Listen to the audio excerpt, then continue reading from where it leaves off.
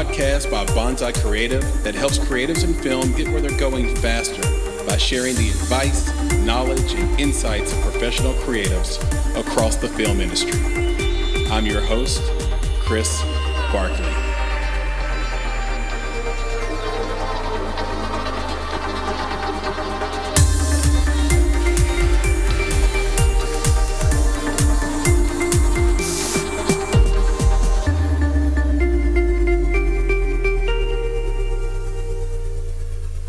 Well, hello, everyone. This is Susan Johnston. Some people say I'm a media futurist. Some people say I am a fun adventurer. But I will tell you that I love story and I love technology, and I'm really happy to be here with you today. Susan Johnston, welcome to the Make It podcast. Yay!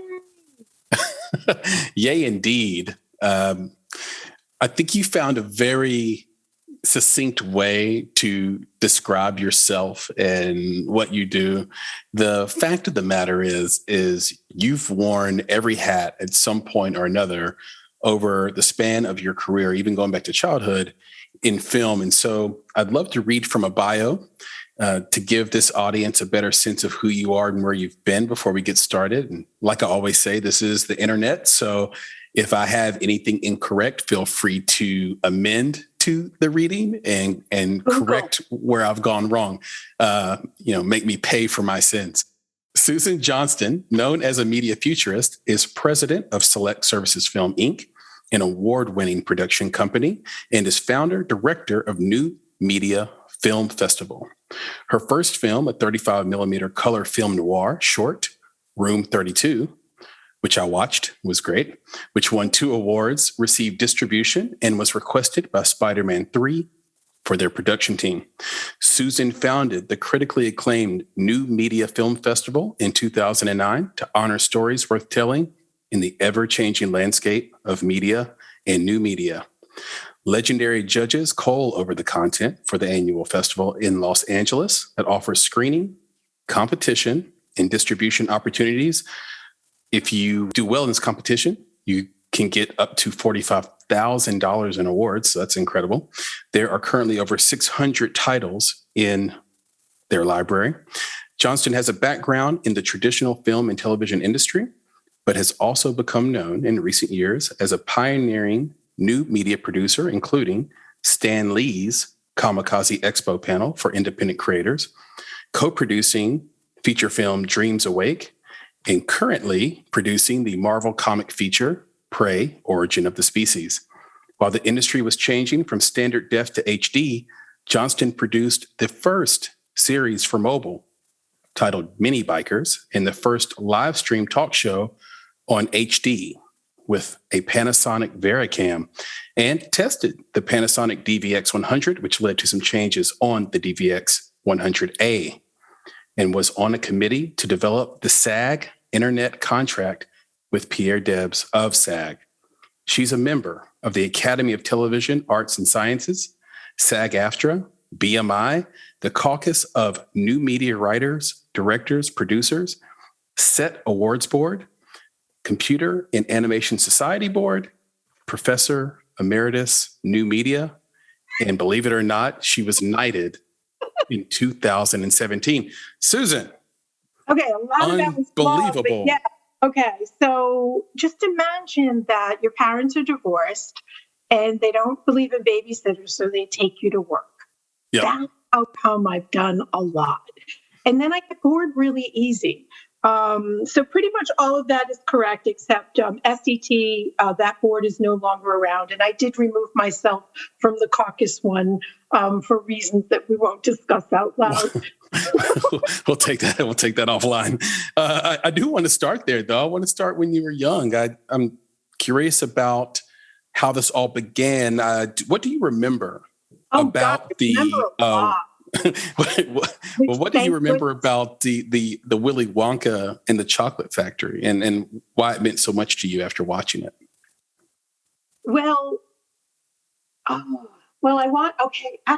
So I wanted to win a golden ticket. I was one of those people that, would sit by the telephone and dialed for the radio to win a T-shirt. Yeah.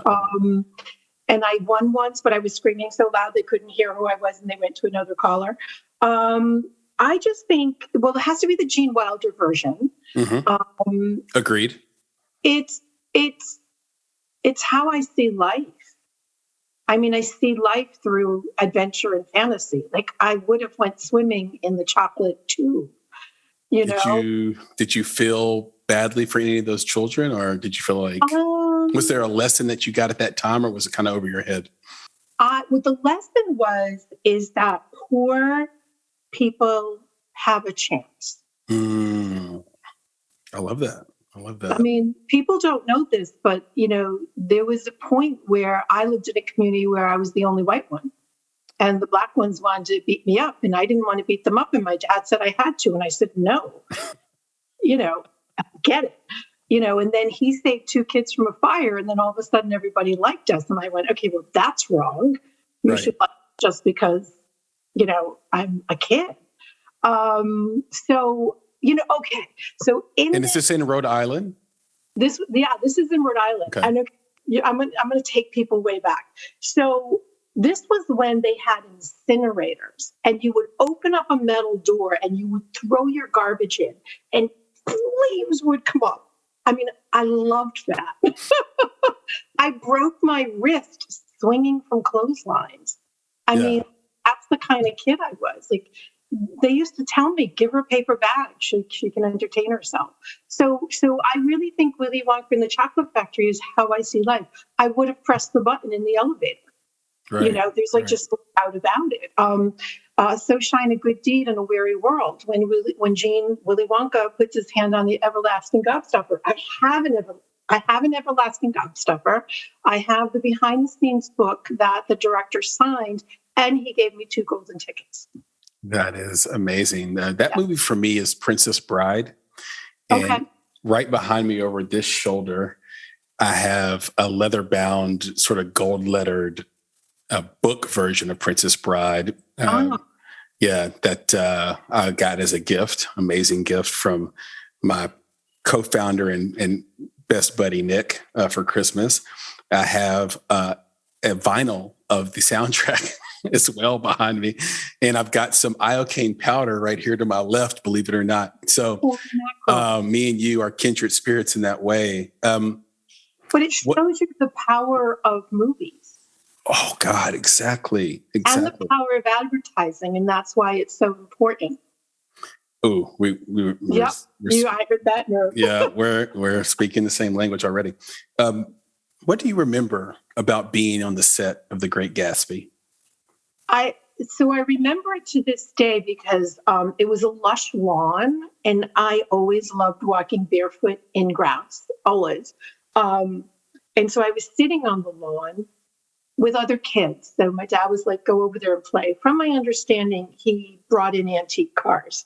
But he always took me to work, so that wasn't a big deal for me. So he said, go over there and play with kids. And I remember sitting on this like grassy knoll, and this big building behind me, which was a mansion. And then the sun was over here. And I just saw this. I know it's going to sound weird, but energetically, I saw someone moving towards me. And I just watched him. And it was Robert Redford. And he came over and he said hi to all of us. But I distinctly remember that. I don't remember anything else. I don't remember the drive there. I don't remember the drive home. I don't remember eating. I don't remember but that. But it's a fun memory. I mean, I have other ones. I played tambourine on stage because he was doing something with Slim Pickens. I met Joe Frazier in a wardrobe trailer, and he's a gentleman, and he got up to say hi to me, and he was like this big, and I was this little, right? So fun stuff. My dad took me to Joe Namath's football camp. My mom took me to Dionne Warwick and the Temptations and Gladys Knight and the Pips. So, I mean, I had a childhood that's crazy, unbelievable, both good and bad. And I thought the whole world lived like that. Yeah, you've had a set of adventures that would fill up other people's entire lifetimes, and you had that just in your childhood alone. And Robert Redford's so handsome. His aura hits you first, and then he shows up. You start to feel some energy, and then you look up and it's like, oh my God, Robert Redford's right there. Of course he is. I will tell you that Clint Eastwood's like that as well. And I got to meet Clint Eastwood as well, and he swaggers. So that was very interesting. Yeah, Clint's a special guy, and I'd love to see someone do a really great, thoughtful documentary on him before, that way he can get his roses while he's still here, as the kids say. Give the man his flowers while he's here. Daughter Allison is a filmmaker. I mean, I know someone who knows her, so I'll put that little birdie out there for you. Absolutely. You're the best. So who is Sherry Lansing and why is she so important? Oh, wow. Okay. So this was a fascinating story. So if everyone remembers, I grew up in theater, right? And I'm also method trained. So, you do it, you are. So I get this phone call and it said, I was in Rhode Island, and it said, we need you in Lowell, Massachusetts, which I think is like an hour to an hour and a half away. I've been to Lowell. Yeah. And you have an audition. Mm-hmm. Okay. What am I doing? And I have a 1950s body. I'm curvy. I'm not long and lean. I'm not the Twiggy. I'm not the, so I'm not the 5'1", size 0. So I get period pieces. I would get a lot when I was acting a lot. And so I was like, okay, what am I doing? They go, you're going to a sock hop.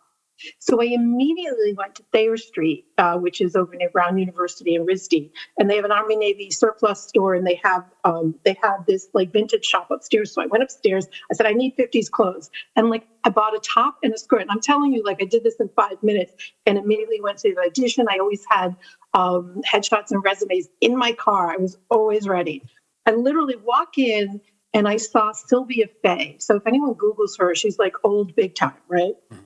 And I'm standing in front of Sylvia, and the phone rings, and Sylvia goes, someone was trying to say, wait, my girl's coming. And she said, well, why do I need to wait? I've got her standing right in front of me. So timing was everything, just because I was there first. And so some guy takes me down the street, and there's Sherry Lansing, but I really don't know who she is. And she's sitting in a chair, and she gives me direction. So I just do it.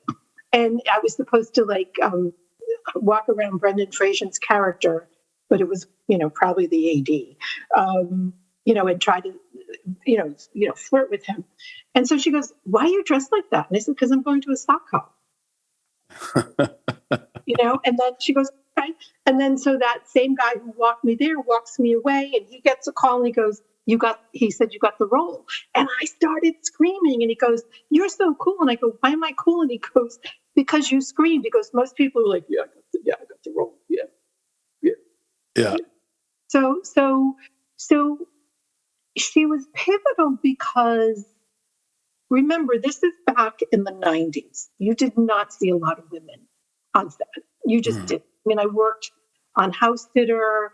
Oh my God. I mean, just you can go to IMDb. You can see all the stuff in the 90s that I worked on. It was very, very rare, to see a woman in a position like that. So I noticed her. She just, what I liked about her is there was no BS. Do you know what I mean? There was no pretense. It was just, it was like me saying, can I have the stapler? It wasn't get me the stapler, that difference in tone. And, come to find out, who she was. I mean, that's pretty impressive. And who was she for the audience?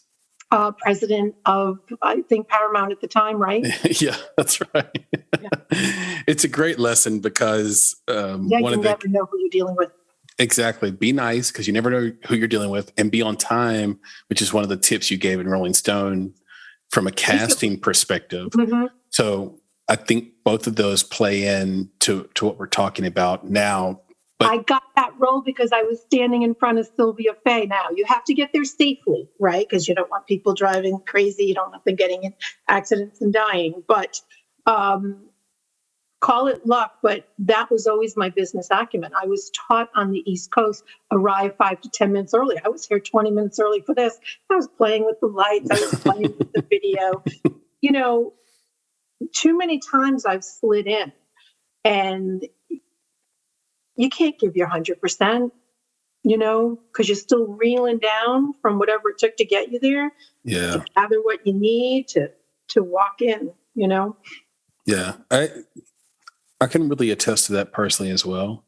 When I am put on the spot and unprepared so I've been a musician my entire life, still play piano and all What that stuff. instrument? Piano, just like you. Okay.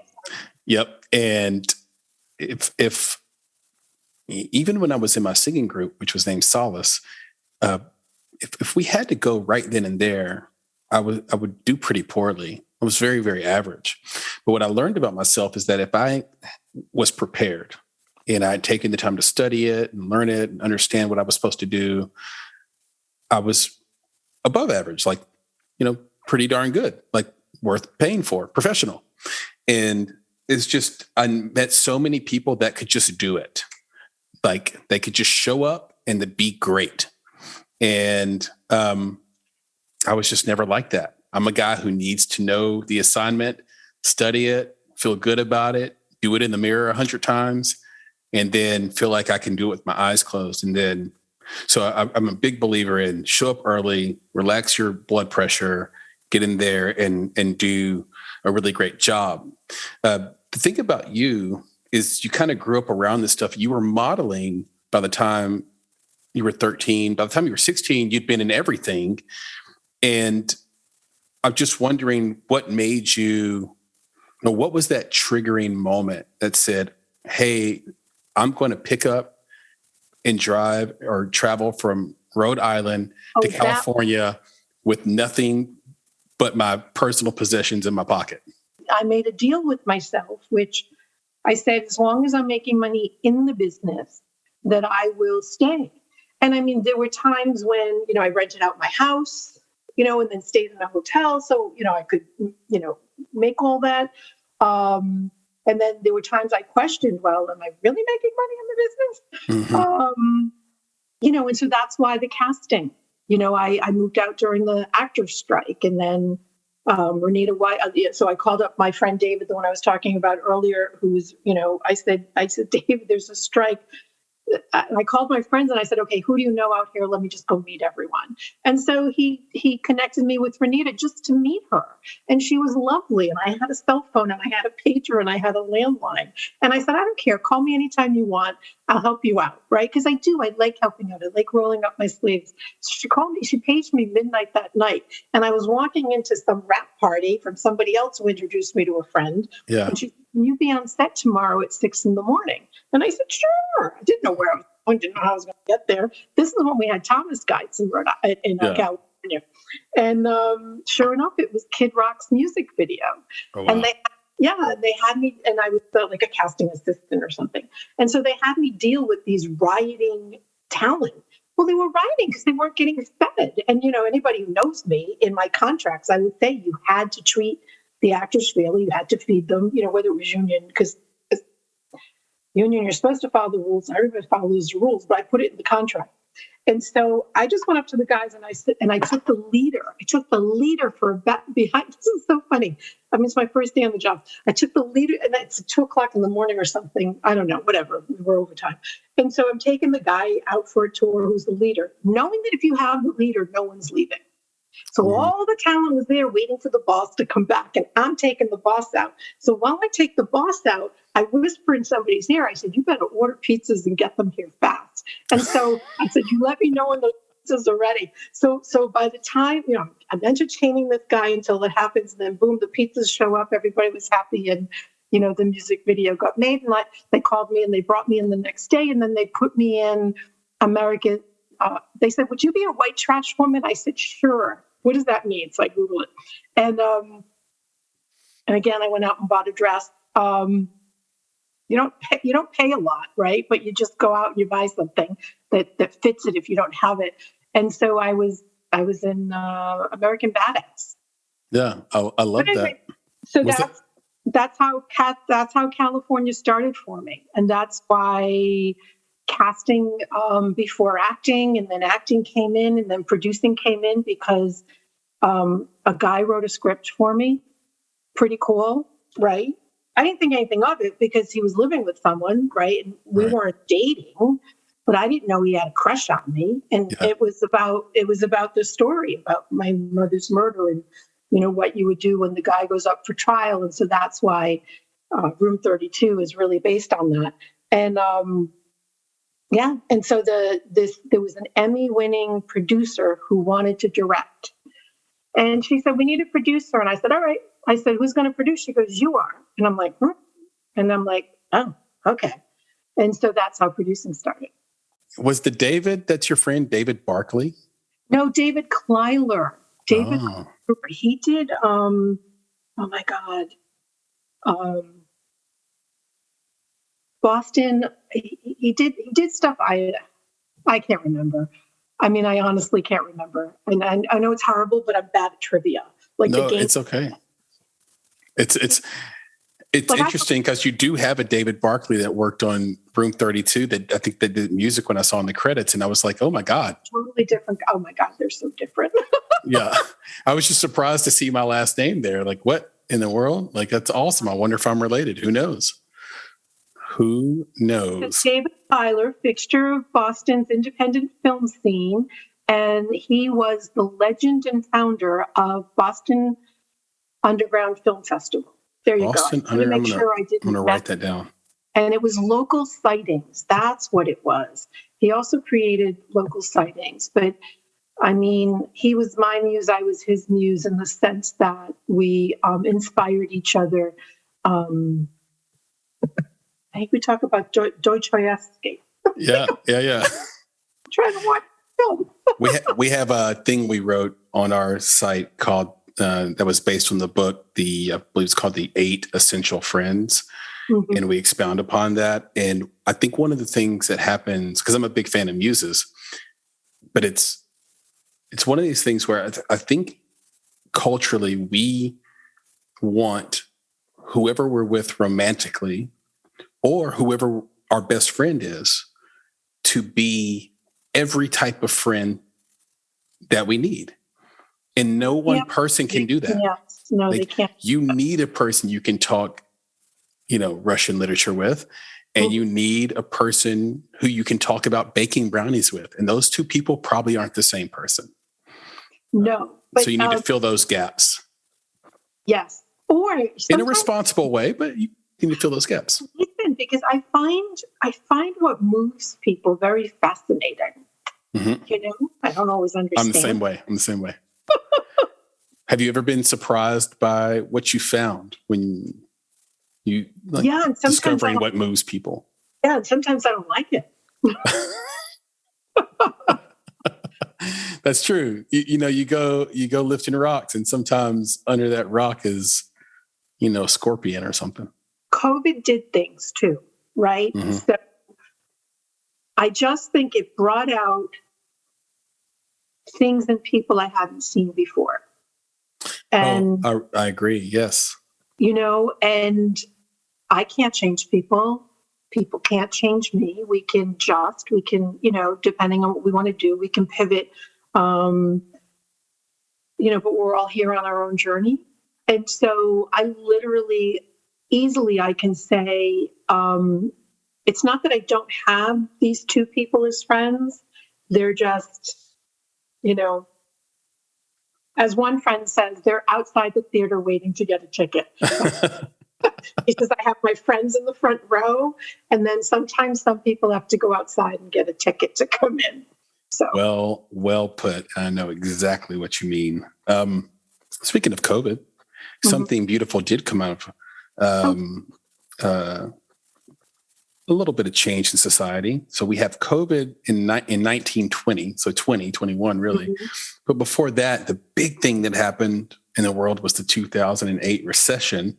And that also put a lot of creatives sort of in a lurch and out of work. And here you are founding the New Media Film Festival. And you founded it in 2009. It was created as part of the C3 United Nations Millennium Project as an annual event. So what is the C3 UN Millennium Project and how did it get started? So here's what's interesting about selective memory.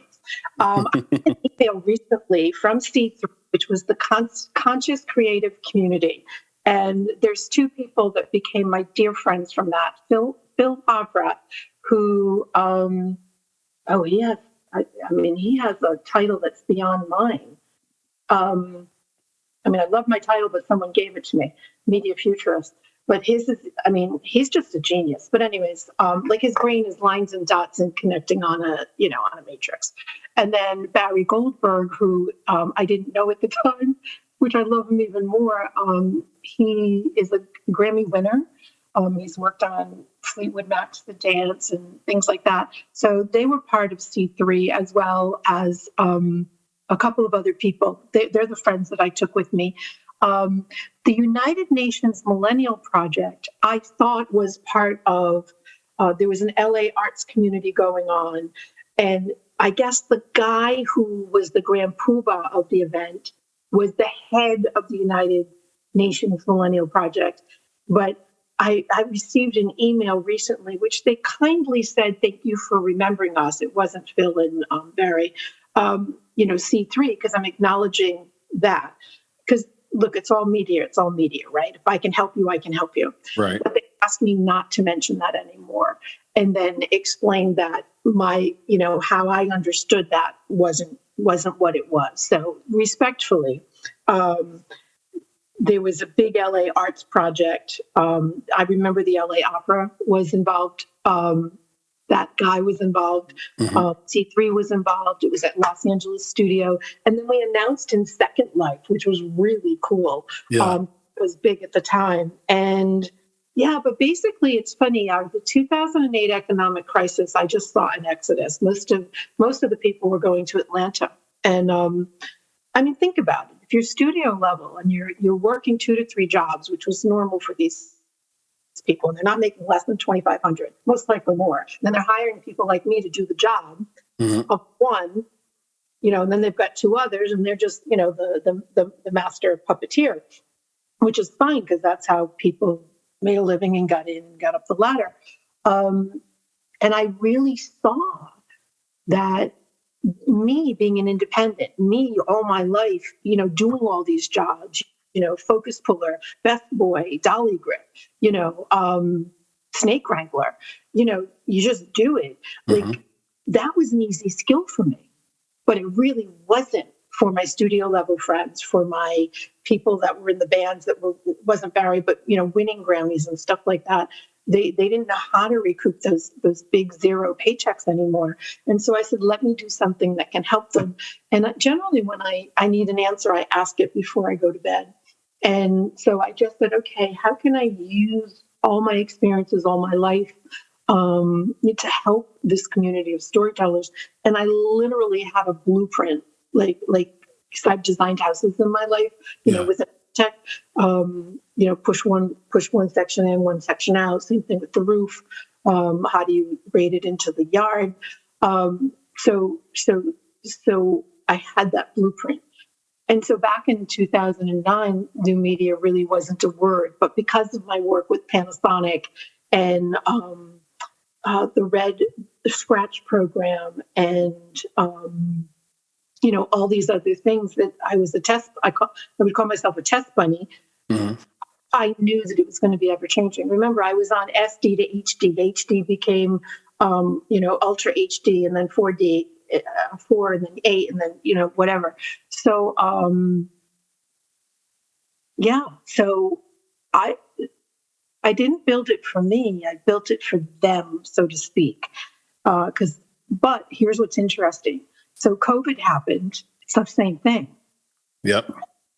And so I'm like, okay, what can I do now? So we did a couple of things. We built a market, a do-it-yourself market. So it doesn't cost anybody anything.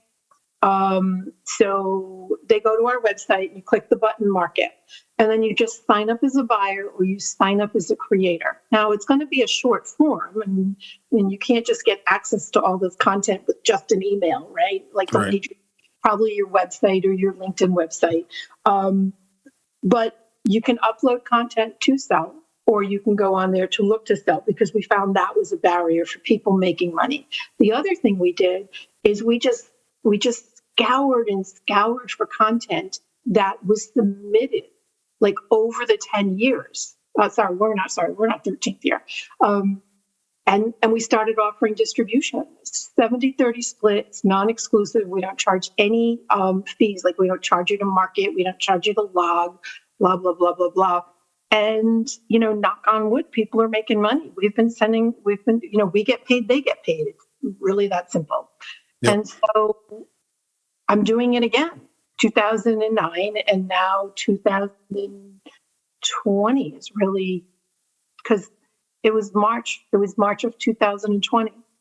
Yeah, I checked out the website. I looked at the business model. I've looked at the buy and sell side, and it's really interesting because it's something that Nick and I talked about, I think like in 2016 or 17, wanting to build from scratch ourselves because we saw the need that was out there. And it's so cool to see that this is actually one way that you can sort of remove regret and gratify yourself is to see an idea that you had exist in the real world, because that's your validation that it was a good idea and that it was working. So that idea would have worked. So even though you weren't the one to go build it because that wasn't your thing to do.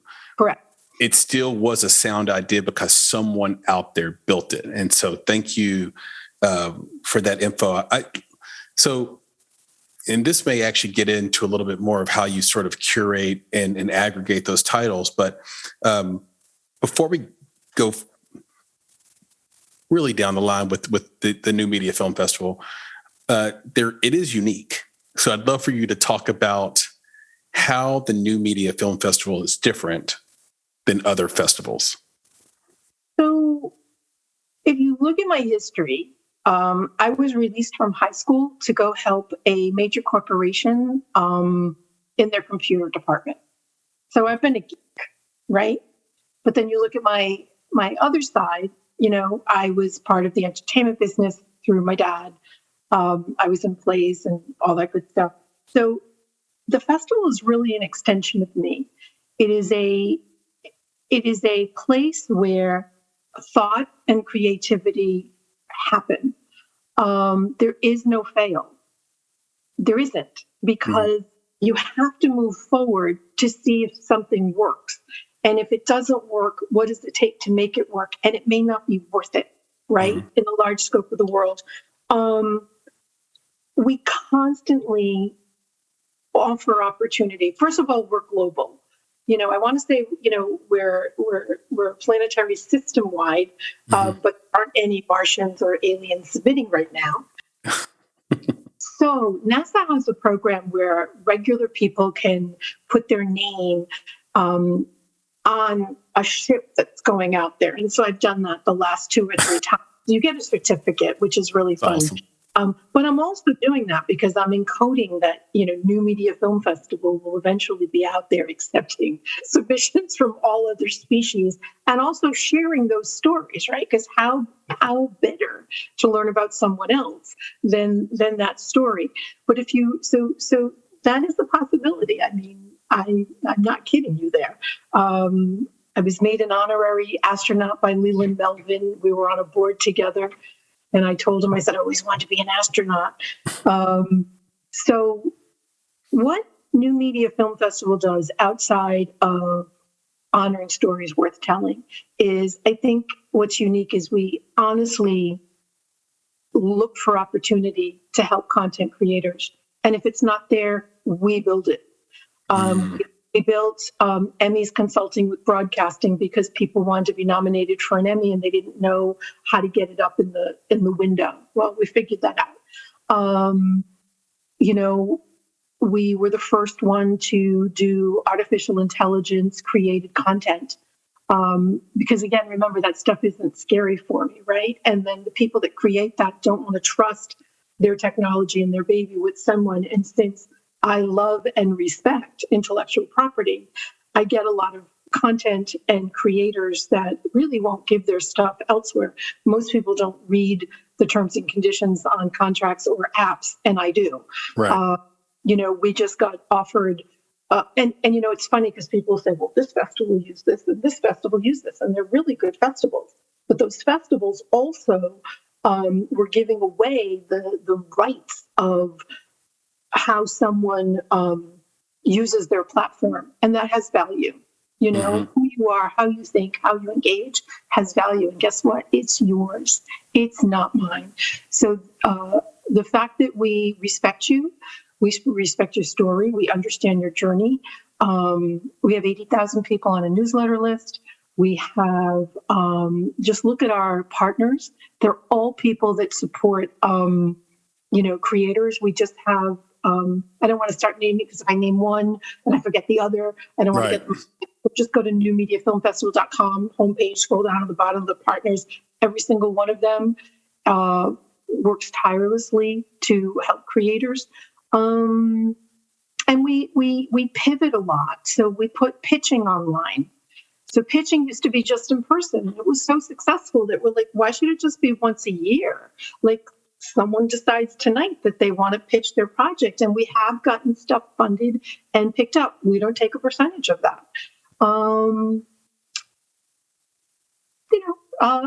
Some people will ask me for stuff. Okay, so what else? Oh my God. So I'm on the board of the computer and animation program, which is also part of Springer Publishing. So board members reached out and said, do you know anyone in Bitcoin? And I remember this was 2 to 3 years ago. And I said, yeah. So I connect, like in an email, I connect them with Patrice Pachul.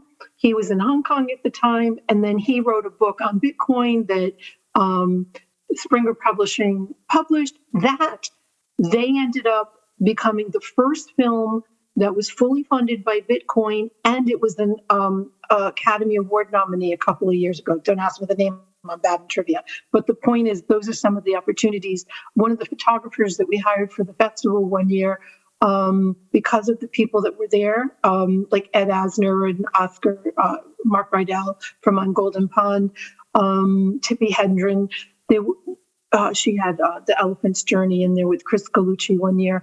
So the point is that he met these people that inspired him to do a book about Hitchcock. So there he is doing a book about Hitchcock from meeting people at the festival. We also had a panelist talking about virtual reality and simulating an after-death experience. I don't advocate for that, but So he got funded. Someone in the audience just went up to the guy and said, "I'll fund it." And so the next year they offered it to us. So we did. We had it, and we had people experience it there. So those are the opportunities. Curations of art exhibits. We have art. So we set up art. People don't even know this. We set up art for charity, and so we'll connect artists with charity. The artist sets a minimum bar. And then the artwork gets sold, the charity gets the difference. So the artist is getting paid. They're also getting a donation amount for the value, and they're out there in the ethers, and they're getting the marketing and the thing. So I read about that idea that you had, and I'm glad that you made it happen. That's awesome. Thank you. But it's interesting. The hard part about thinking of things is that not everybody understands them or wants to take the risk, right? Yeah. It's just so hard. But yeah. It's the old Peter Thiel concept, 0 to 1. I think most people want to go 1 to N, right? So copy something that's already working. And I think folks like me and you like getting in the ground a little bit and digging for new rocks. So let's talk about just intellectual property for 1 second. And please. I know we have to be careful because we're not attorneys. But when you have a trademark, you have to do what's called policing, which means you have to say, cease and desist, this is why. And it's usually because it's causing confusion in the marketplace. And I want to share with you, without saying too many specifics, that in the very beginning, we had a couple volunteer for us for a couple of years. Now listen to this program and how magnificent this program was. And these two people ruined it. And they have no idea because they're in ego and they're doing something in their own state. And I'm not happy about it, but I have to live with the fact that they don't think they did anything wrong. And so here's what happened. We started taking the best of each category, putting them on a DVD, with, a post-production house, and then licensing that best of DVD to schools and universities, and then dividing that amount that we got between the filmmakers that was in it, and you got paid by a minute. So if we got $1,000 and you had 10 minutes, you got that much money. If you had 60 minutes, you got that much money. And so this was going on, and we were spreading cities. But how cool is this? This is like 13 years ago, right? Right. So for 2 years we did it. And then 1 year, the guy at the university said, we can't do it anymore. And I said, why not? But then my father died. So I just didn't, I didn't follow up. And then once I got through grieving my father, I called the guy up and he said, oh, well, we're doing something else. And then come to find out, that couple that worked for, that volunteered for him, we would Skype the directors in, we would have programs for them, we would make the flyers. They built something and started infringing on our name. Oh, wow. Yeah. And they still try to infringe on the name, but I slap them down and say, cease and desist. And then people go, why are you doing that? They're a nonprofit. And I go, it's still wrong. Right. Wrong. I don't care. Sorry, if you're God and it's wrong, it's still wrong, even though, people, So the point is, an intellectual property, you have to police your stuff. You have to, you can do it kindly. I say, I start saying, I know, cool name. So, but what I want to share with you is how sad is that something that we created to really, really get money in the pockets of creators were taken by two volunteers, that said, oh, we don't need those people in California anymore. We can do that right here. Totally oblivious to what, our trademark, to, what we were doing on the greater global good. That's the stuff that gets me. Yeah, you're absolutely right. Two of our films we regularly have to police on YouTube. Sorry about that. I would say within 1 week of distribution, one of our films was up on YouTube with already 850 views. Wow. So that's 850, that's a significant number of people watching your movie. And it was just uploaded by some dude or dudette, and YouTube was great. They took it down immediately, but about once a month, if you've distributed a film, it's worthwhile to just go on YouTube, search the title of your film, and see how many people are uploading your content for free for everybody to watch. And it's weird. You're right about the perception that people have, like, oh, I see you. You don't want to. We can't watch your stuff for free. It's like, if you had any idea how much energy and prayer and crawling time, money it takes to make a feature film, right? Like you wouldn't say that. You wouldn't just assume that this content is like social media where you can just get on and consume all you can eat for free. And I think that as independent filmmakers, we have to really fight hard against this idea of commoditized content, right? Like throw it against the wall, see what sticks, throw away content. There's a place for it, but your feature film that costs, $2 million is not the place for it. Like that's the whole thing. People need to eat. Mm-hmm. Yep. They need to put gas in their car. So, I understand you have GoFundMe pages. I understand you have Kickstarter. I understand, and that's all great and good. But when you have that end product, you need to sell that product to make more money, to make another product, so you can have a business. Now, I will tell you that, I have to look at your content, but if you want, we can do the 70-30 split, and we can do non-exclusive, like everywhere else that you don't have it. We have like 2,500 platforms, and we get new ones every day. Yep, and one just came by, and I do my research on them. I don't say yes to everyone, but one came by with a number, and somebody said that was low, and I said, they're paying more than Amazon. Yeah, Amazon pays about 6 cents per viewing for 90 minutes. 90 minutes is 6 cents, I believe. so 0.0001 I've seen. Maybe even 4 zeros before the one. But obviously, if you get millions of views, it gets some money. So maybe. But it's not the end all be all. It's certainly not market value because, I've always said that what Amazon and others pay is class action lawsuit worthy. It is an absolute grift. Because if you... I can say something good about a platform because I love metrics. And so it appears, and remember, we heavily started offering distribution 2 years ago. We've been distributing for at least 11 years, right? Mm-hmm. But it was just ancillary. Hey, would you like, we know, if you want it, we have it for you. And so we're already giving checks. That's awesome. I mean, some companies don't even pay you for an entire year. Some pay right away. Some pay 3 to 6 months. Some pay when you, whatever. So Tubi seems to pay really well. Yeah, they got picked up by Fox. Fox owns them. But I thought Fox was bought by Disney. They're all being gobbled right.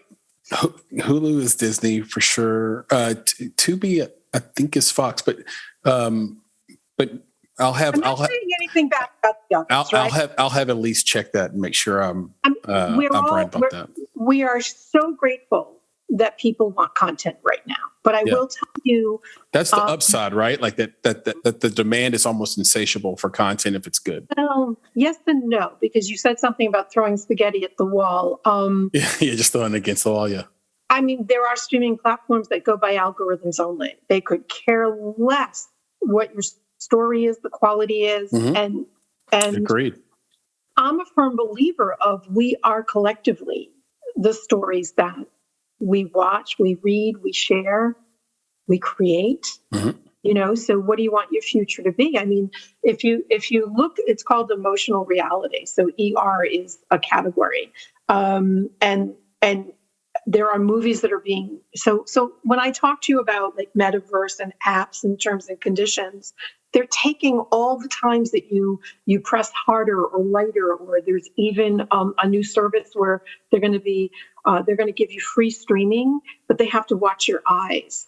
And and if you don't watch that ad, you're going to have to end up paying for the service. So But think about that. That is all an algorithm. That's all lines and dashes. That's all zeros and ones. It's code. And then, think about every time you do an export and then you sort. That's what they're doing. So an emotional reality film is they are taking that data and they're going, oh, this is where you need to have that sort of low moment where they cry, or this should happen, or we want them to feel like this, instead of whoa, Yeah. Right?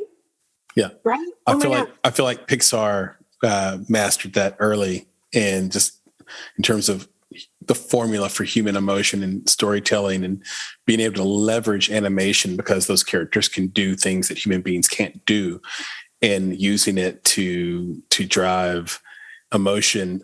You did mention all those different formats. I have to ask, it is 2022. What role will NFTs play, if any, in this year's festival? That's so funny that you asked, because last year we were the first festival or event period that had NFTs involved. And it's all thanks to two guys, Christopher Ruan, who is an augmented reality developer and creator, and then Kyle Schenber, who's CEO of Subtractive, also has a space side to him, and he's an NFT expert. And again, think about if you look at Susan and say she's a theater girl. So a theater girl is you build a community, and then that community evaporates, and hopefully you see one of your family members walking down the street 12 years later. But do that over and over and over again. We're in our 13th year of doing that with New Media Film Festival. And I'm grateful because they don't know each other. And each of them called me last year and they're like, you got to do the NFTs. And I'm like, oh, I don't want to. Oh, yes. Okay, I'll do it. And they walked me through it. How do I do it? What helps the community? I don't just do it. I ask.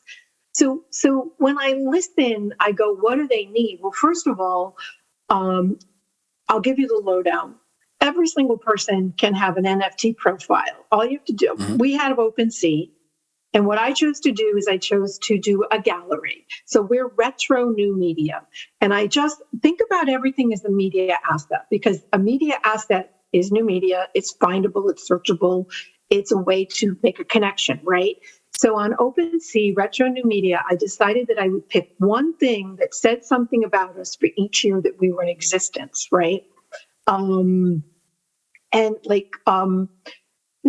are they the best NFTs ever? No, but one of them was like an avatar, like from, but the cool thing is like that was radical in whatever year that came out. So you have a placement. So Bonsai Creative could have a Bonsai Creative gallery and say you've been in existence 5 years, just put 5 things up. But at least you've started, at least you have a presence. Okay, now what does that mean? Well, go buy something. You don't have to spend a lot. I mean, I spent like $28 on one thing. I spent like $500 on something else. So here's what we did with NFTs. So last year, there was no entry fee whatsoever. We totally funded it. And we were like, send us your NFTs. We're going to choose one live to buy during the programming. So I announced this and then realized, oh my God, it takes a long time to buy something. Oh my God, it's a long time to buy something. And then if it's the gas price is high. Gas fees, off hours, could get the gas at a low cost, off hours. So what I did was I ended up buying 3. And spread the love. I could have bought 1 for the full amount we had, but we decided to buy 3. And then I had Kyle do a little talk about it. It's actually on our YouTube channel, New Media. Let me see what it is, because remember, I'm not good at trivia, so I don't remember everything. You have a great YouTube channel. New Media Film Channel. New Media Film Channel. And we'll repeat that at the end as well. Thank you. But anyways, go look up Kyle Schember. I hope it's up there. It may not, because it was live during our show, but I'll figure that out. Anyways, email me if it's not there and I'll get you a copy. So, he talks about NFTs and then he announces the winners. So this year, what we decided to do is there's an entrance fee, but 100% of the entrance fees buys NFTs. Do you see what we're doing here?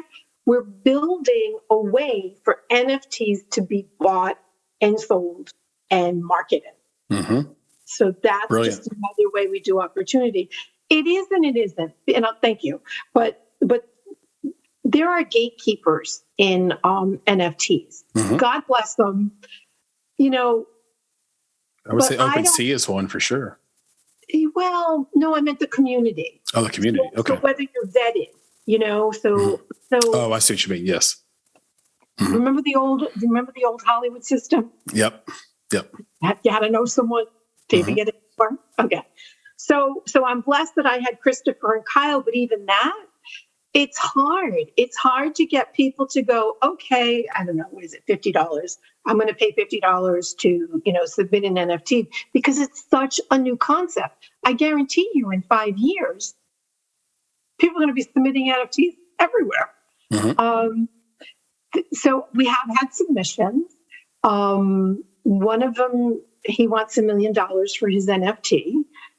We don't have that budget, so we can't buy that one. But, if he's selected to be a nominee, he can get marketing and advertising. I don't know yet. So anyways, we are working on a lifetime NFT. So you'll have to stay tuned for that. Get on our monthly newsletter. That's awesome. And we'll make sure that information gets shared here at the end. And for those listening, the festival this year will be June 1st and 2nd. And it sounds like it's going to be a blast. How did you land on just 2 days as your festival length? That's unusual. It's a great question. Less is more. We are known for exquisite content. Okay. Like, the woman that produced Journey to the Center of the Earth, she literally walked up to me when we and said, that's the best programming I've ever seen. I sat next to a British socialite who looked at me and went, darling, I just didn't know how I was going to bear sitting through all of this. But every single one was magnificent, and I don't think these people are saying this to, make me happy. They could say my dress was pretty. Do you know what I mean? Like, yeah. Like it really felt that it was real. And plus I'll give you another example. Like, I don't judge anything that I know someone in. So I called up a judge and I said, I want you to watch these 3. And he said, well, what was that third one? Because it was the weakest of the 3. But I mean, I wasn't going to say anything. And I said, well, one of the guys in there has volunteered for us for a couple of years. Now he paid for his submission. I didn't even know until I was watching it that it was him. And he said, well, why didn't you tell me? I said, because I didn't, not that he would have swayed, but he's like, well, why didn't you tell me? And I said, because that's not how we do it. Like, you have to judge it based on what it is. So, we're just known for really good content. Well, my dad taught me that. I mean, a lot of people don't know this, but my dad was a showrunner. He was on shows that was in syndication, which is really hard to do. I, watched 3-camera shoots and stuff like that. I watched, I watched him try to have a system that wasn't fair be fair. He was not perfect by any means, but I learned a lot from him. Is there any shows that we might know that he was show running? I don't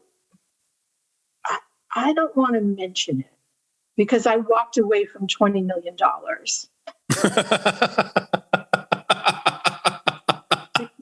Well, Susan, you can't just say you walked away for $20 million and not tell me how that happened. Because when he died, there was $20 million on the table, but all the people ancillary were evil. And if I fought to get the money, I would have been giving money to evil people. Got it. So I'm not mentioning the shows, and even if you figured it out, I wouldn't tell you it was the shows. But it's interesting. That's the power of our business. Do you know what I mean? I do. Desperate people do desperate things, and then money does weird things to people. And again, remember, I would have gotten a nice chunk, but evil people would have gotten money that they could have done massive damage with. Yeah. And I don't want to be part of that. So. Yeah, it is interesting. For the most part, everyone around me, especially in this community and in my small little LA community, have been fantastic. Yay. But every once in a while, you go to an event and somebody doesn't know you, but they do know that you've invested in film. And they do know that your films have been distributed and that you support this and they just act weird. And because they know and so what I've started to do is I started to take a couple of the people that work here with me, and they just buffer for me. Oh, wingmen. They literally just buffer. They come in, give me a drink. It's like, oh, thanks, man. Oh, and it gives me a break to say bye to that person or shake their hand or get their card, move forward. Because before I did that, I would get cornered, and I'm not special, but I would get cornered and be in conversations for literally an hour and 30 minutes. And a part of me saying, oh my God, where's the CTA? Like, just give me the CTA, give me the call to action. Like give me the ask. Where does the ask? How much money do you want? Just tell me, please, so I can get out of here. And now I get the buffer person that saves me. So it is, you're right. The money just makes people weird sometimes. And I don't know how you brought this out of me, so I apologize. But I was going to tell you why. So why less is more? Yeah, tell me that. So my dad, and again, remember, I mean, there are many facets in the business, but there was a time when major celebrities wanted them to represent him. Mm-hmm. And he didn't want to, because he's loyal, to a fault, which there should be more eggs in a basket. So just everybody remember, you need to have more eggs in a basket, because one little egg is just one little egg. But, so lots of stuff was coming in. People were trying to work him. People were pitching him this, pitching him that.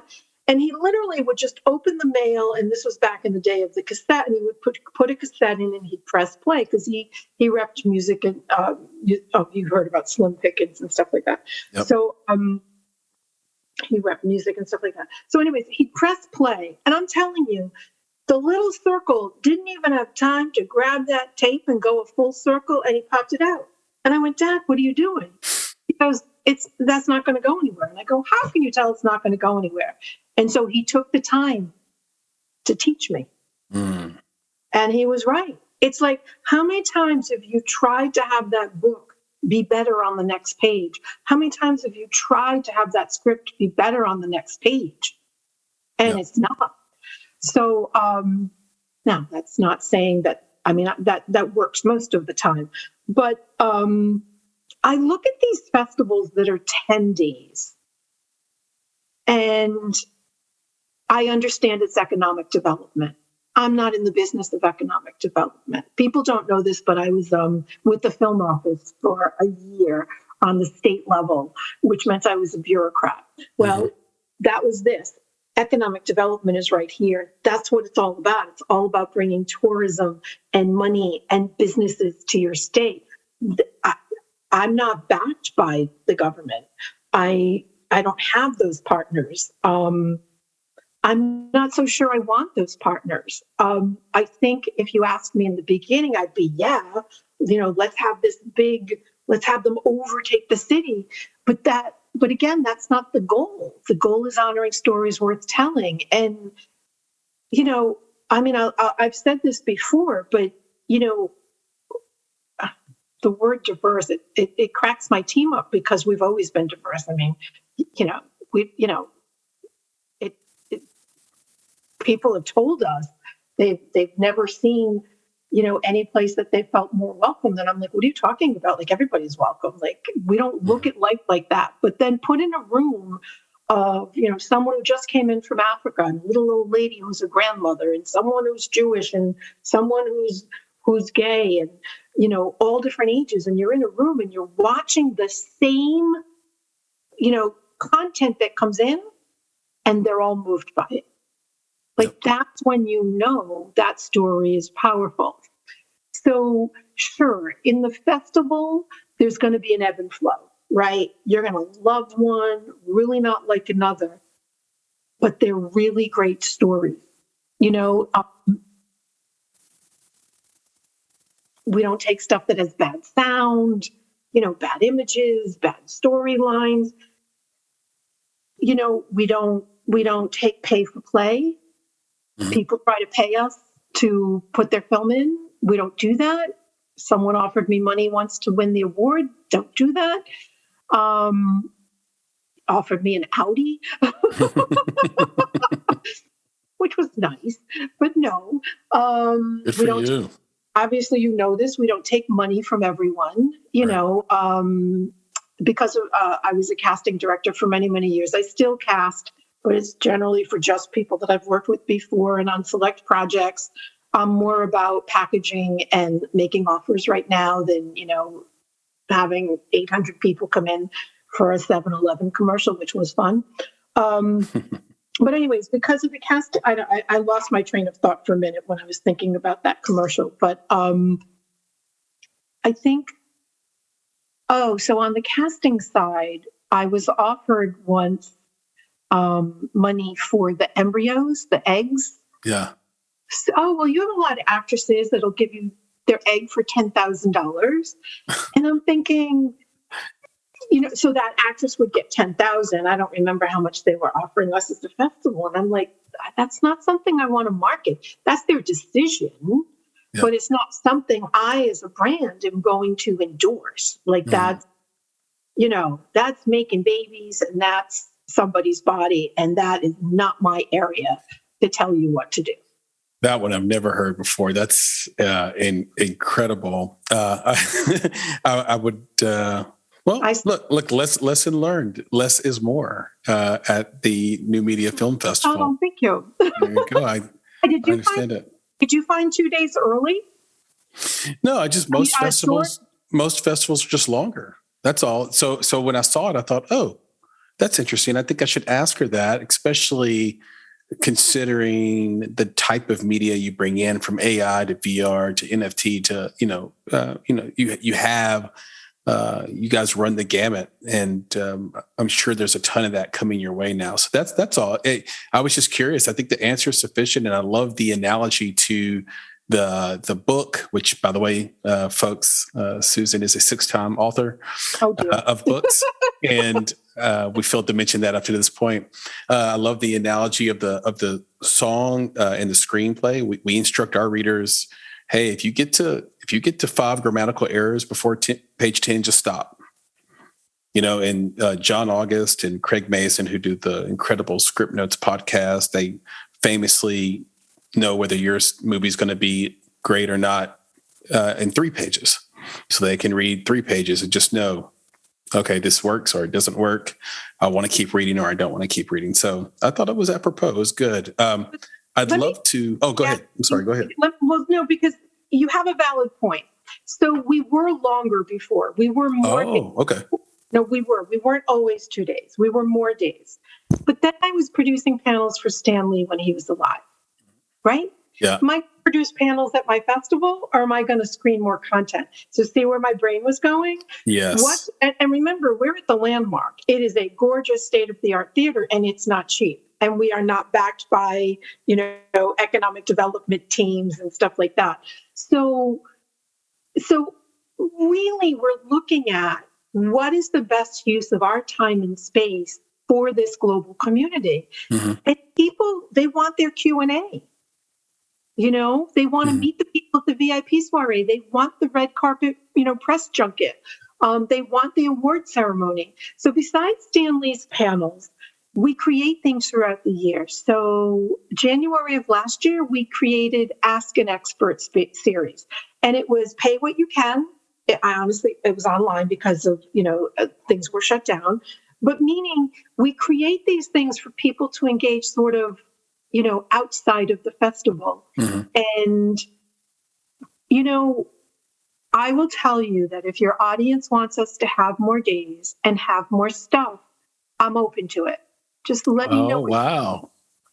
Let me know what you're looking for, because I don't want to tell you what to think, right? I want to feel the pulse of what's needed and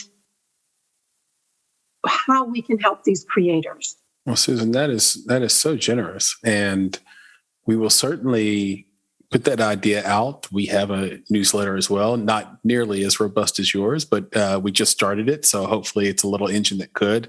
What we're proud of is that the readership is nearly 100% filmmakers and independents, and so I'd love to put that out there as a filler and get back to you on that. I'd also love to do some speed round questions with you if you're up to it. Sure. As long as I can say no. Oh, look, there's the panda. Oh, my gosh.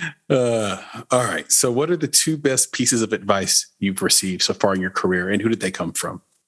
Oh, advice. Oh, the first thing that came to mind was this guy. So I don't want to play that card, but the guy was getting paid more than me. Totally fine. It was understood. It was expected at the time. Like I told you, I used to get paid independent prices, and someone was getting paid the studio price and hiring me and making the difference. I'm okay with that. I knew what I was walking into. I said to him, I don't want this job. I don't want to work with this person. He said, charge him a price that it's going to be worth working for him. Oh, wow. That's great. Yep. And then another piece of advice came from that was a different guy. And then another piece, well, it works. It works. Yep, it does. Because I may give you a price, that's different than someone else, right? Right. So I did that my entire career. I mean, you look back at Stephen Israel and my other Stevens, and I could have gotten another 0, but I just loved working with them. So I was like, all right. So anyways, the other advice was, and you mentioned it earlier, it was dreams awake. So I get a phone call to co-produce. Well, the last thing you want to do is co-produce with someone that has never worked in the film business before. When it's on location and they're married to the director, even though she was lovely. No, actually, she was the executive producer. I'm sorry. I got it confused. So there was a guy that she wanted me to work with. The director and she were married. And, I have to be careful. So anyways, when you co-produce something, it's a marriage. It's co. I'm responsible for them. They're responsible for me. We're responsible for what we do. And I take that very seriously, right? Safety on set, coming on time under budget, right? Doing what I say I can do, delivering the goods, making things appear magically when no one knew. Yeah. And so my friend David Kleiler called and he goes, what are you doing? I said, well, I got an offer to, work on location as co-producer of a feature-length film. I don't want to do it. He goes, why don't you want to do it? I told him why I didn't want to do it. He goes, what do you have on your calendar? I said, nothing. He said, do it. That was it. He just simply said, do it. Had nothing to do with the money, right? Because the other guy was the money. He said, what do you have on your calendar? I said, nothing. He said, do it. One of the best experiences in my career. Yeah. Yeah. Now, that co-producer did not behave well in the sandbox. And I told the executive producer, and, I can be pretty Italian East Coast when I need someone to listen to me that this is not right. This is not right. And this is why this is not right. But I also have to back off, right? So she's like, back off. You can't tell me anymore. A couple of months later, film's wrapped. She calls me up and she goes, you were right. I said, I don't like being right. So, yeah, I'm just telling you so you can nip it in the bud now. But, people don't want to see things sometimes. They really don't, So anyways, the point is these were speed rounds. If you don't want to work with someone, but you're really good at the job you can do and you can get it done, charge them a price that makes you want to work with them and get up and do it, because you always have to do 100%, right? Yep. And then the other one was, you got offered to do something that you were reluctant to do for the reasons stated, but you had nothing on your calendar. Take it. Just take it. Just do it. Go with it. Yeah, very, very good advice. And I think sometimes it's the messenger. Sometimes a person just needs another messenger to tell them the thing you already told them. And then they could say it wasn't you. And then no shame. Everybody's in the clear. We're good to go. Well, since we talked about David, I'll tell you what he called himself. What did he call himself? He called himself my chief sounding board. He was my chief sounding board. So, yeah. That's an honorable position for sure. Yeah. What creatives do you most admire and want to emulate? And what do they do from a technical or skill standpoint that sets them apart? Oh my gosh, this is going to sound so weird. Script supervisor. Which script supervisor? So the script supervisor on a film, make sure everything's in place and everything. Oh, no, I know. I'm saying, is there one in particular by name? Oh, you meant people. Sorry. Mm-hmm. Yeah. Positions. People. I would say George Lucas.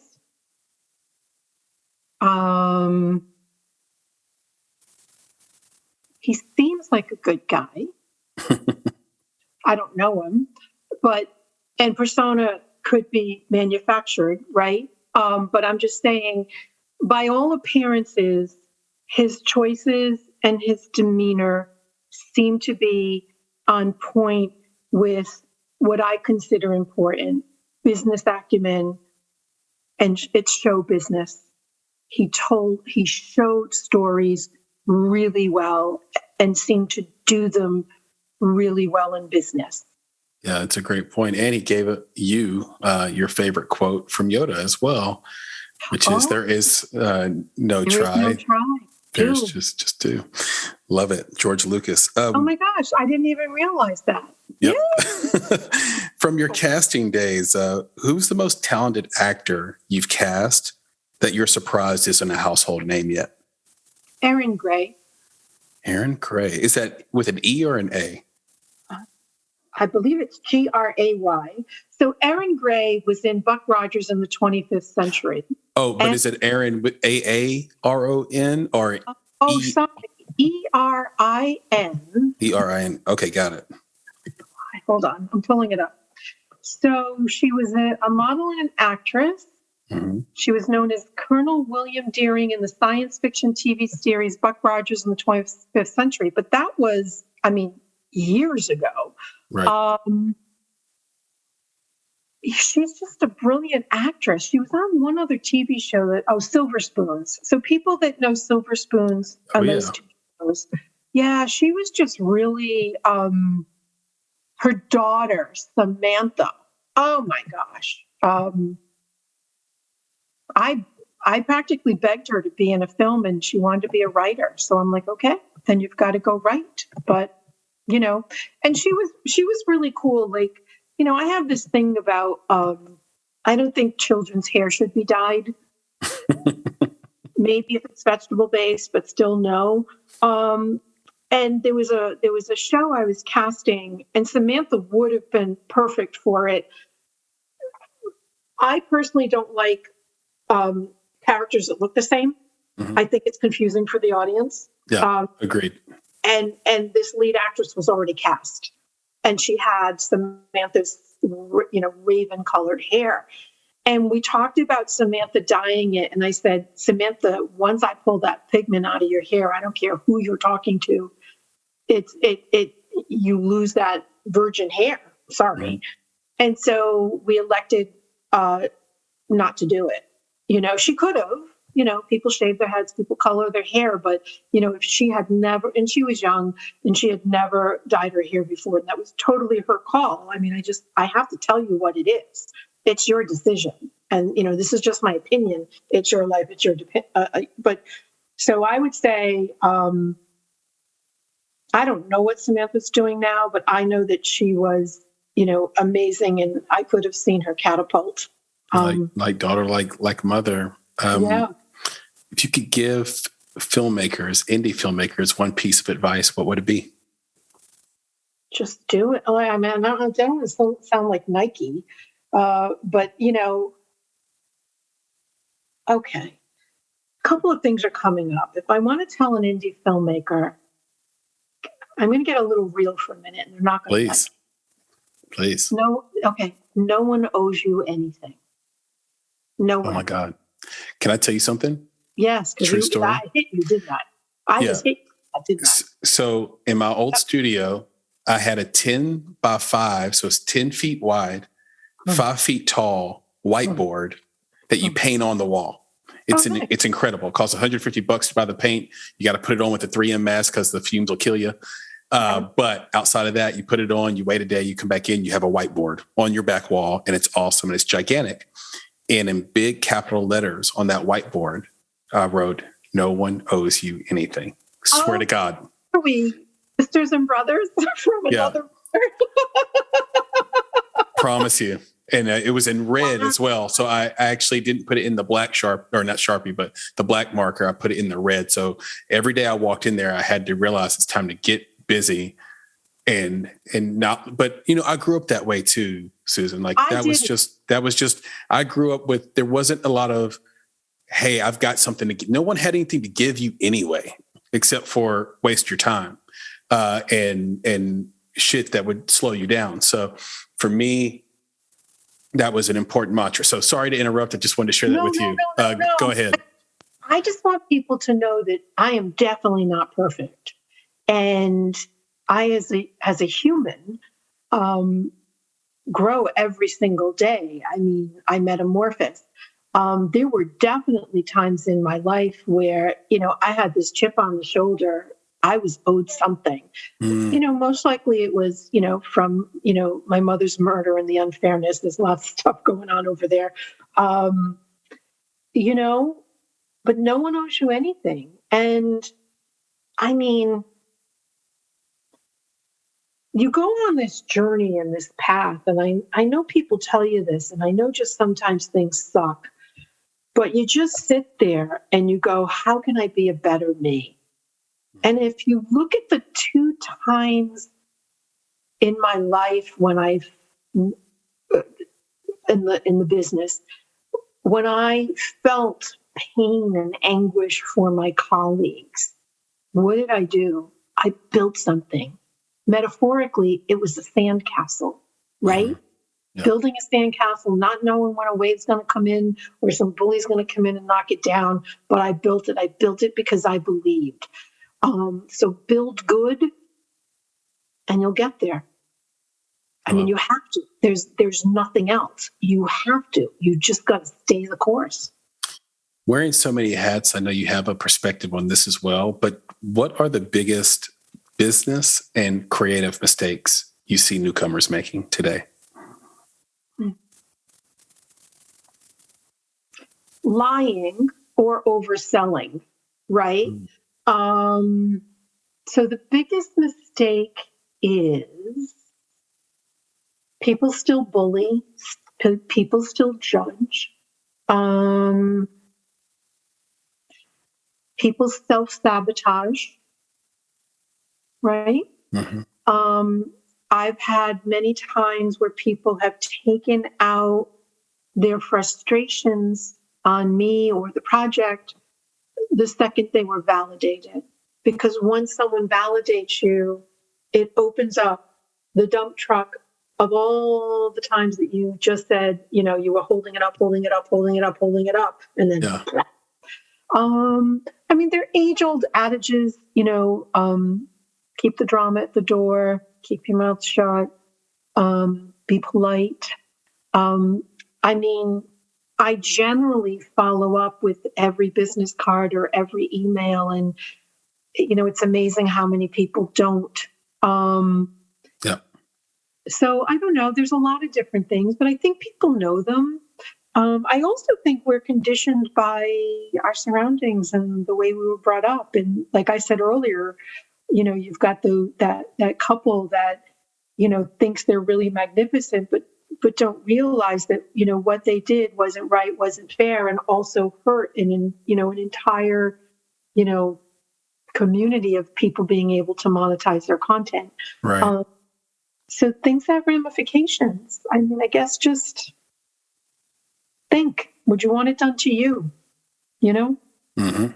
It's very good advice, and a lot of times what we consider cliche or something that everyone knows bears repeating. And I was told that by a lot of wise people, which is that, men, meaning mankind, they don't need to be told. They need to be reminded because somewhere we already know it. And we have to be reminded, oh yeah, that's right. It's a society. Susan, you've been so generous with your time. Wow. This has been so fun. I don't know how long, but I know it's flown by, and I know. Oh my God! I loved your face when what did I say? What was on your wall? Oh, nobody owes you anything. Yeah, nobody owes you anything. But yeah. So I mean, thanks for listening. Do you know how much fun it is to talk to someone who at least understands the business? Try to talk to a family member. If you can even get them to be interested. Yeah, exactly. So what do you do? Like they literally say, "What do you do?" Right. Do you work? Do you work? Right. Everybody's laughing at that one. It's so crazy because it's such a grind, but it's so worth it. And it's so much fun. And for me, the best part of this job is just getting to talk to people like you and listen to just such wonderful and diverse stories. And you've done a lot of these things. I hope this one was special for you. It was special for me, and we got to do a round 2. And I know people are always asking you about your past and how you got started, but I'm curious, what's next for Susan Johnston? I know I keep talking about space, but I want to go to space. So that's a distinct possibility in 2022. And but I'm telling you, I want to bring stories to space. So stories can be visual, they can be sound, they can be code. So what is next?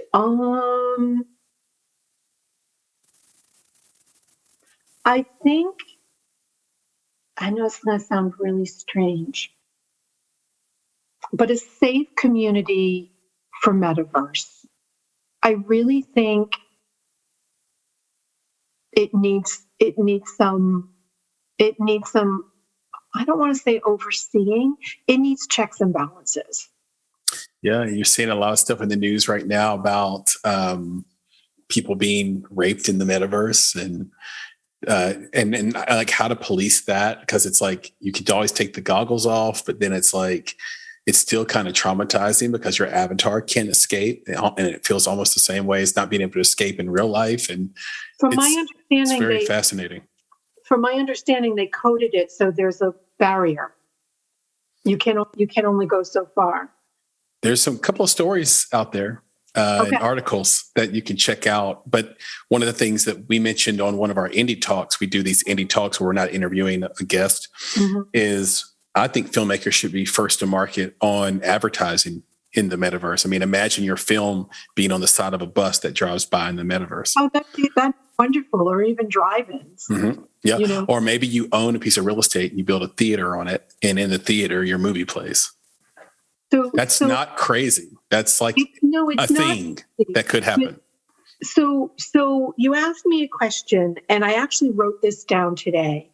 I want to make sure that this festival, even though we always gather and we always meet people, but I want it to be more about people. So it's wonderful to see you on the screen. Yeah. But the difference in person. And I don't want to lose that. So the future for me is making sure that people connect in person. And honestly, this year is going to be hybrid. It's the first time we're doing hybrid. And I have, and there's two reasons for it. One is I want to do things in the time zone of the countries that are involved. Like we've got Korea this year and Japan and stuff like that. Not everybody can come here. So you know what? Let their community enjoy them there. I'm testing that. That's why we may end up having 3 days this year, right? Because they need the extra day. But again, that's why there is no try do, there is no fail, because I'm figuring it out as we go. But the in-person, I want this to be the destination. Like you have to go, even if it's for one day, because the relationships that you will make in that one day will last a lifetime. Like I was just talking to one guy today who, he and his wife are best friends with, a guy who like owns the Batman franchise, whose son was at our festival. Amazing. That's how he met them, and also how, I Care for Children help people in Africa, from a panel that happened at the festival. I mean, these are the things that you're not going to get on a Zoom. I'm sorry, you're not. So metaverse checks and balances. And I don't want to lose the human connection. I would love to be in person in LA in June. Where are you now? I'm in Nashville, beautiful Nashville, Tennessee. Nashville is beautiful. I love Nashville. I used to go to LA every 2 weeks before COVID. So I would. It's changed. It's different. I know. It's definitely a different city. I think every city, though, because the world's changed. Nashville's not different. The people here in larger Tennessee, they're just willing to die, like for whatever they believe in. There's like we're not changing our lives. That's a little bit of hyperbole, but let me know if you come up that you have VIP pass. You are incredible. Yeah, I love LA. I would love to come back out there, and I think hopefully things will be better in June. But if there's one thing that you and I can do on this show is to remind people how important the human connection is. Yes. So think of the metaverse as swimming in a pool. Okay. if you stay too long in a pool, you're going to get tired and drown. Yep. And you'll have shrinkage. And you'll have shrinkage, and your skin's going to get it, and you're purple. So I just made that up, but I like that analogy. Think of the metaverse like swimming in a pool. That's how long you should be there. Yep. I think that's a really great lesson. And don't lose the human connection. It's too important. Yeah, we'll all go crazy without it. It's so, there's a lot of studies that you can read about what happens to people when they're separated from others for too long. And it's just something we need. It's something we've always needed from 12,000 years ago. Tired of sitting with themselves. Me. Yeah. Ditto. Susan, this is just incredible. Can you tell everybody, I know you've mentioned it a few times throughout the conversation, but can you tell everybody one more time where to find you on the internet, on social media, where they can see some of your work? Well, and maybe what book, if they had to buy one, they should buy of yours? Well, I don't want them to buy a book. Guess what I want them to do? What? I'm a columnist for Rolling Stone now. Mm-hmm. I've been for about 6 months. So it's silly, but it's exciting. If you Google Rolling Stone, Susan Johnston, you'll get me. If you follow me there, you'll get pinged each time I write an article, but it'll help me, right? Because they'll keep me. And I really like sharing the wisdom with them. So as much as I'd love you to have a book, there's one on new media. There's one on, how to get things free in Los Angeles. There's a poetry book. There's one on an image savant, Richard Doc Bailey. The special effects people love that because it's actual communication that we had. He created the SPORE program. So I'm still a geek. And so Rolling Stone, Susan Johnston, Google me, follow me, please. But then newmediafilmfestival.com. And just think of that. So I'm New Media Film Festival on Instagram. I'm New Media Film Channel on YouTube because I was building a channel. Same thing for Facebook, LinkedIn. I'm Johnston Susan, I think. But just Google Susan Johnston, Media Futurist, and you'll get me. But I believe you're that on Twitter as well. Yeah. So, yeah, because Susan Johnston's a pretty common name. But yeah, so, we're open to ideas. Obviously, constructive criticism. We can't do everything that's suggested for reasons that are probably beyond someone's comprehension, but they're very valid for us. We have agreements in place with, venues and partners and stuff like that. And, maybe I can't align with that company because I promised this company and we only have one in a sector, or, we removed 3D because we really felt that by encouraging 3D, we were sending creators in a direction where they wouldn't be able to sustain, a professional relationship with that. We retired LGBT because we actually felt, maybe the world doesn't feel that way, but we felt that the stories that we were coming in were spot on. They were beautiful stories that just happened to be with a gay couple. So we didn't need to, say, okay, you're in this box. No, right. You are, in our mind, you are mainstream. We also added faith and family this year. People were asking for it. And what does that mean? It means a family member or a faith-based person would feel comfortable watching this film. Mm-hmm. And it gave a safe place.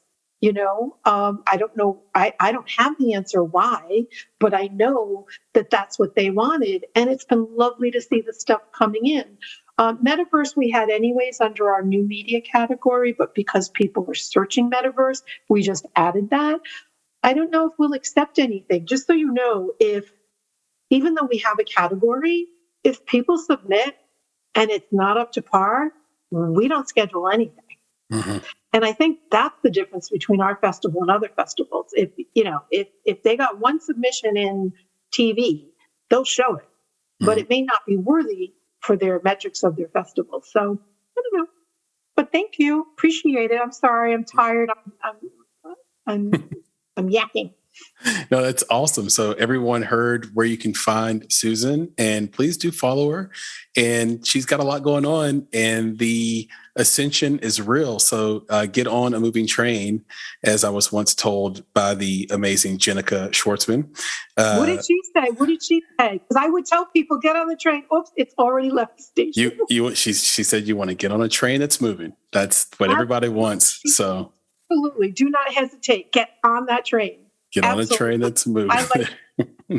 Yeah, she's great. You can look her up too. Jenica Schwartzman is the real deal, and she is a LA actress mom that advocates for mothers on set and sets being more comfortable and easier to deal with for actresses and actors that have children.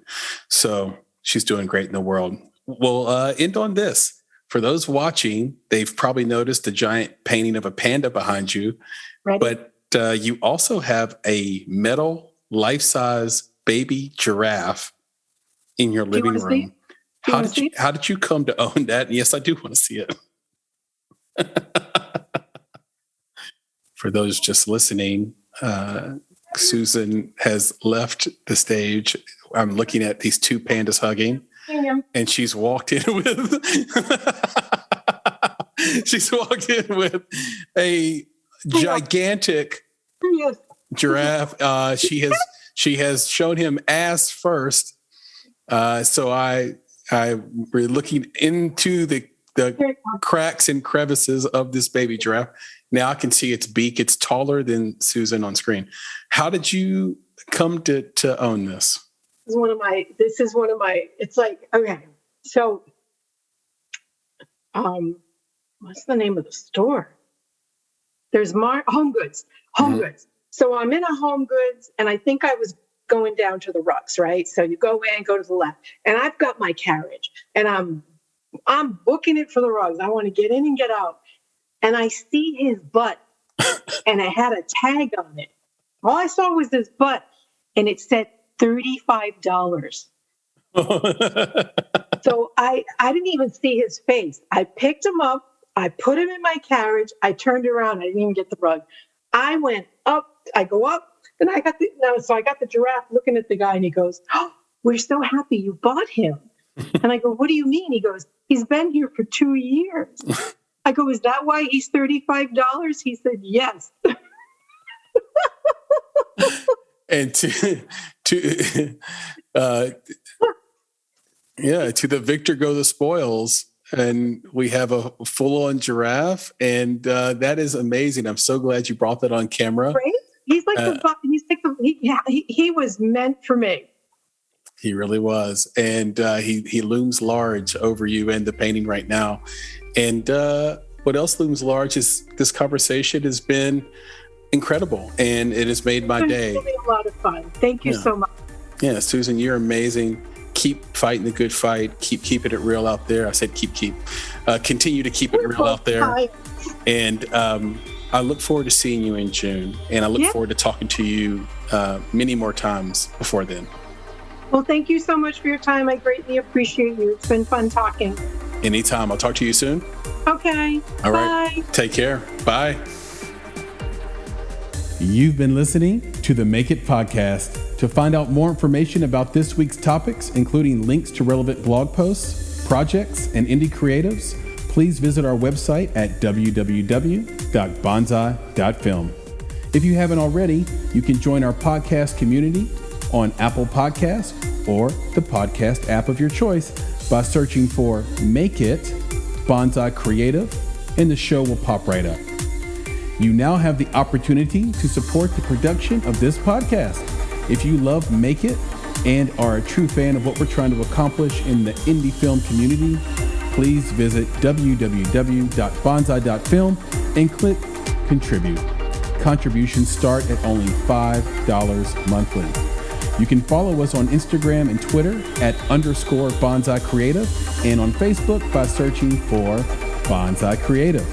You can provide feedback to us via email at contact@bonsai.film. And you can follow me, Chris, on Twitter at FlamingYourHeart. That's FLAMEINURHEART. And of course, If you're looking to take a big step toward your filmmaking success, go to www.bonsai.film and click on Services to explore a variety of offerings from keynotes and panels to pitch readiness assessments and so much more. You have everything to gain. Until next time, be better, be creative, be engaged, and thank you for listening.